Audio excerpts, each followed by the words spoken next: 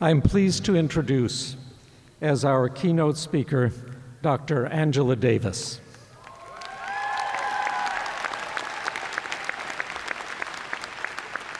Through her scholarship and activism over many decades, Angela Davis has been deeply involved in movements for social justice around the world. Her work as an educator, both at the university level and in the larger public sphere, has always emphasized the importance of building communities of struggle for economic, racial, and gender justice. In recent years, a persistent theme of her work has been the range of social problems associated with incarceration and the generalized criminalization of those communities that are most affected by poverty and racial discrimination. She has also conducted extensive research on numerous issues related to race, gender, and imprisonment.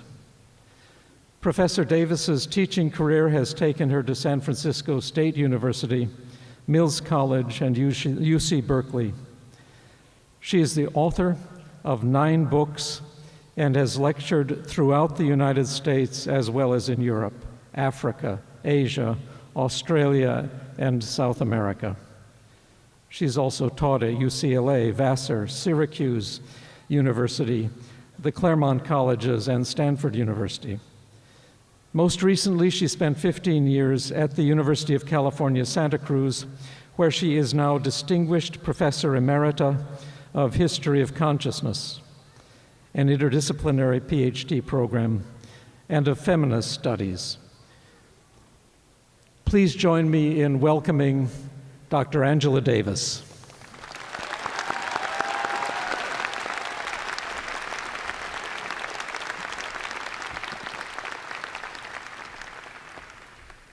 Good afternoon. Aloha. Chancellor Bly-Roman, Vice Chancellor Dassenbrook, members of the faculty, graduates, family, and friends. It is truly an honor to have been invited to deliver the commencement address here at the advanced degree ceremony at the University of Hawaii, Mānoa.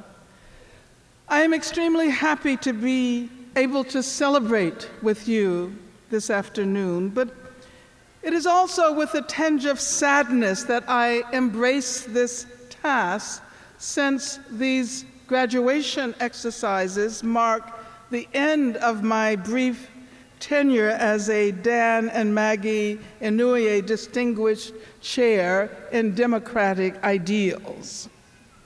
But I must tell you how absolutely fortunate I feel to be able to spend this last period of my time here in Hawaii with you who are receiving advanced degrees this afternoon.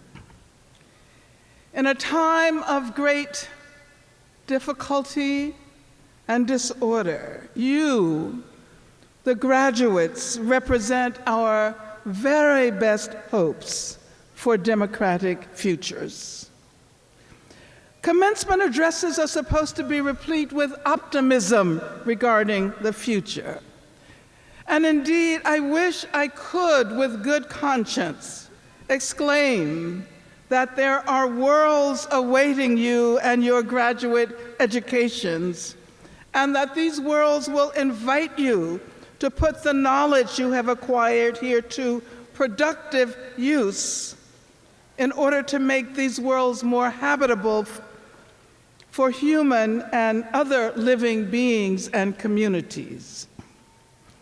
But to assume that you have completed the hardest work of your lives and the rest will be plain sailing would be to trivialize both your educations and the global and local context within which you will work over the coming period.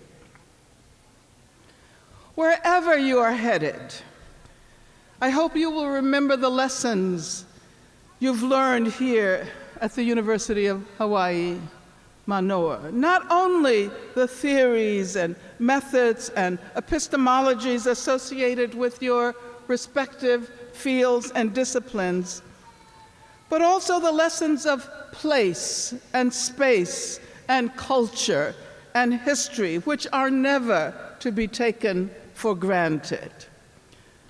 Hopefully you have learned to cultivate a deep sense of place and to recognize and respect the history and culture of the people whose ancestors experienced the violence of colonization and who today invite us to recognize that history can never be completely relegated to the past.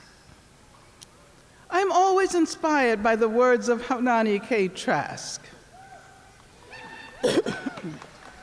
who writes about, and I quote, American greed and arrogance and the embrace of violence, the constant erosion of a people's self-respect through a colonization of the mind, and the elegant spirit which once sustained it, and most painfully for us, the horrific self-destruction of our young people.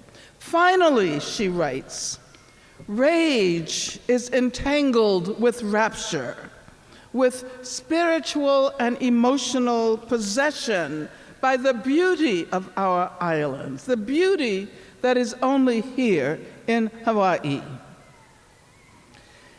Thus, even as we benefit from the consequences of this colonization, it is incumbent upon all of us, Native Hawaiians, settlers, and visitors alike, to recognize the contemporaneity of settler colonialism and the way in which it is so thoroughly entangled with our experiences of beauty and joy in the world. Recently, we have been urged to think about the lives that should matter to the world. There are those who assume that the struggle for Black freedom has reached its conclusion with the end of the second administration of the first Black president who hails from this beautiful place, although it is incredible that a presidential candidate still disputes his birth. Perhaps he is saying that Hawaii is not really the United States of America, and if so, there might be a kernel of truth there. Because Black people have been putatively accorded civil rights and are now, so the story goes, equal rights-bearing subjects before the law, although this is in dispute, it is assumed that we can dismantle the institutions created during the era when Black people were struggling for freedom. But I have news for you. This struggle is far from over. And the effort to relegate affirmative action and Black studies programs to the dustbin of history these efforts are exceedingly premature. Democratic futures will not be based on the assimilation of communities who have been marginalized by existing structures of what we call democracy. Assimilation into existing states of affairs have never fully brought us progress. Progress with respect to democracy and freedom has only ever occurred with the challenging and reimagining and restructuring of institutions and discourses and knowledges. Revolutions, political, scientific, discursive, are always dependent on a willingness to let go of what seems most natural, most normal, most comfortable. Consider the current discussion about whose image deserves to be placed on the $20 bill. We know that no woman's image has ever appeared on paper money, at least. So it is argued now is the time to make this shift. I was recently asked whether I am happy to learn that Harriet Tubman's image may very well displace Andrew Jackson's on the $20 bill. And of course, I rushed to support any attempt to address U.S. historical absent-mindedness by asking us to think seriously about the role of slaveholder Andrew Jackson, who orchestrated violent removal campaigns directed at indigenous people in what came to be called the United States of America. But to simply replace him with abolitionist Harriet Tubman is to ignore the role that capitalism played in sustaining slavery, settler colonialism, and racism more broadly. You might even argue that this simple substitution debases the legacy of Harriet Tubman. But clearly, this assimilationist stance does not permit us to consider other possibilities. Instead of further legitimating the centrality of money in our societies by affixing Harriet Tubman's image to the $20 bill, imagine the possibility of abolishing the centrality of money altogether. In other words, by imagining a world in which what is most needed by living beings could not be so easily transformed into commodities, which might mean tuition-free education, free health care, housing for everyone. It would mean that you graduates would not be leaving the University of Hawaii, Mānoa with huge outstanding loans. This is the beginning of an important discussion about critical thinking.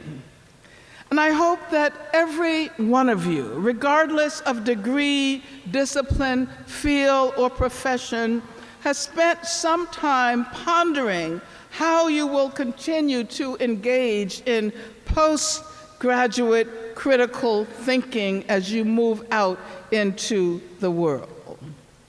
I hope that you will have the courage to draw upon the education you received here, but also from the critical skills you have acquired from your peers and community activists.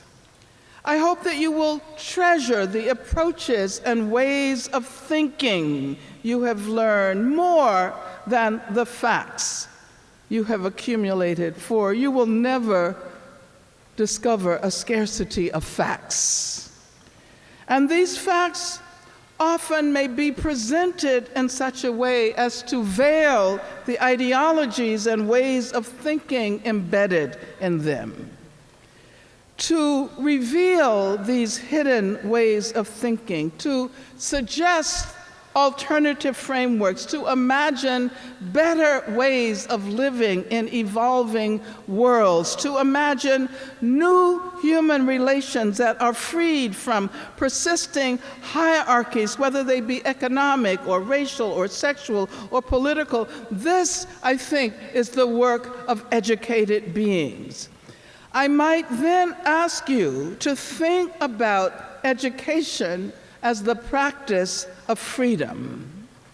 Freedom then becomes not a state for which one yearns, but rather an incessant struggle to remake our lives, our relations, our communities, and our democratic futures. Thank you. Mahalo.